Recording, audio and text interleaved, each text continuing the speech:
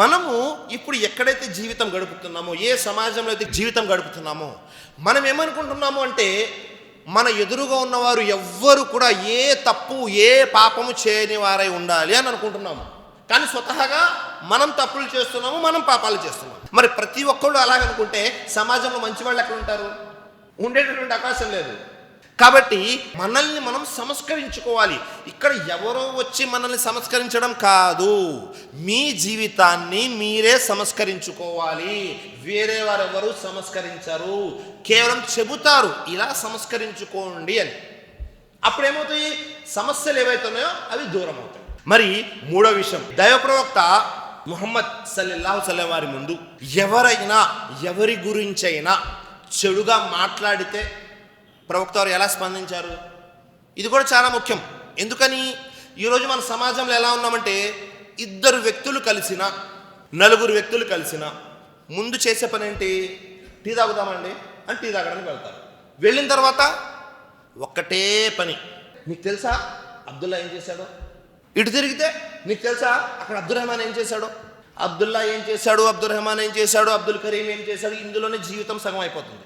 సగం జీవితము టీలు తాగుతూ వేరే వాళ్ళ గురించి చెడు చెప్పడంలోనే అయిపోతుంది. మనం ఇంకెలాగండి మనల్ని మనం సంస్కరించుకునేది? పోనీ దాన్ని జిక్రా, సుబ్హానల్లా, అల్హమ్దులిల్లా, అల్లాహు అక్బర్ అనుకోవడానికి పుణ్యాలు వస్తాయిలే అని ఎప్పుడు వేరే వాళ్ళ గురించి మాట్లాడటమేనా? మీ నోట్లో ఎక్కువ పదం అల్లా జిక్ర్ అవుతూ ఉందా? లేదా మీకు ఎవరి మీదనైనా కోపం ఉంటే ఆ వ్యక్తి యొక్క పేరు జిక్ర్లో ఉందా? పరిశీలన చేసుకోండి. దాదాపుగా మీకు బాగా ఎవరి మీద అయితే కోపం ఉంటుందో ఆ వ్యక్తి పేరే మీ నోట్లో నానుతా ఉంటుంది. అల్లా పేరు నానట్ల.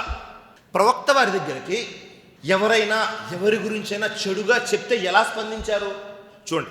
ఒకసారి ప్రవక్త ముహమ్మద్ సల్లల్లాహు అలైహి వసల్లం వారు ఆయిషా సిద్దికా రజియల్లాహు అన్హా వారు వీరు ఒక చర్చ జరుగుతూ ఉంది. వెంటనే ప్రవక్త ముహమ్మద్ సల్లల్లాహు అలైహి వసల్లం వారి దగ్గర ఆయిషా సిద్దికా రజియల్లాహు అన్హా తన యొక్క మరొక భార్య సఫియా రజియల్లాహు అన్హా గురించి వచ్చింది. వస్తే వెంటనే ఆయిషా సిద్దికా వారు అంటున్నారు, హస్బుక మిన్ సఫియత కజా వ కజా.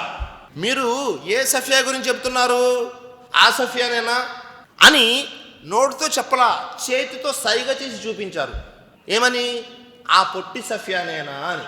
ఇక్కడ బండబూతులు ఏం రాలేదు, కించపరిచేటటువంటి విషయాలు ఏమీ లేదు. కేవలము ఆ స్త్రీ, మన యొక్క మాతృమూర్తి ఎవరైతే ఉన్నారో ఆమె కాస్త ఎత్తు తక్కువగా ఉన్నారు కాబట్టి అది చూపించి ఇలా అన్నారు.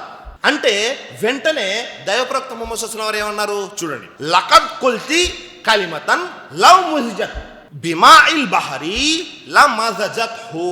ఓ ఆయిషా, నీవు ఏవైతే కలిమా పదాలు పలికావో ఈ పదాలను తీసుకువెళ్ళి ఒకవేళ సముద్రంలో కలిపితే సముద్రంలో నీరన్నీ కూడా పాడైపోతాయి, విషపూరితమైపోతాయి. అలాంటి పదాలు పలికావను. కేవలము సైగతో చెప్పారు అంతే, ఇంకా నోటితో కూడా చెప్పలేదు. మరి మీ పరిస్థితి నా పరిస్థితి ఎలా ఉంది?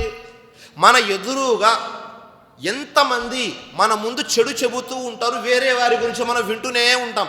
పురుషులైనా స్త్రీలైనా. స్త్రీలలో అయితే ఇంకాస్త డోస్ ఎక్కువగానే ఉంటుంది. ఇంటి పక్క వారు ఏం చేశారు, ఇంటి ఎదురు వాళ్ళు ఏం చేశారు, వాళ్ళ భార్య ఏం చేస్తున్నారు, వీళ్ళ కూతురు ఏం చేస్తున్నారు, వీళ్ళ చెల్లి ఎక్కడ ఉంది, వాళ్ళ అక్క ఎక్కడ ఉంది, ఇవే విషయాలు.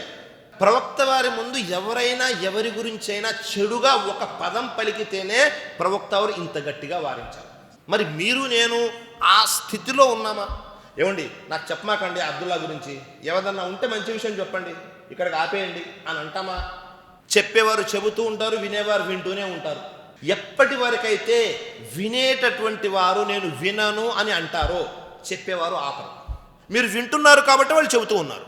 కాబట్టి వినడం మానివేయండి. వేరే వారి గురించి ఎవరైనా చెడుగా చెబుతూ ఉంటే ఈ సమస్యని ఇక్కడ వదిలేయండి, నాకు సంబంధం లేదు, వద్దు, ఈ చర్చ ఈ డిస్కషన్ వద్దు, వేరే వాళ్ళ గురించి చెడుగా అని మనం ఎప్పుడైతే ఆపుతామో అప్పుడు సంస్కరణ ప్రారంభమవుతుంది, వేరే వాళ్ళ గురించి చెడు చెప్పడంలో అయినా వినడంలో అయినా.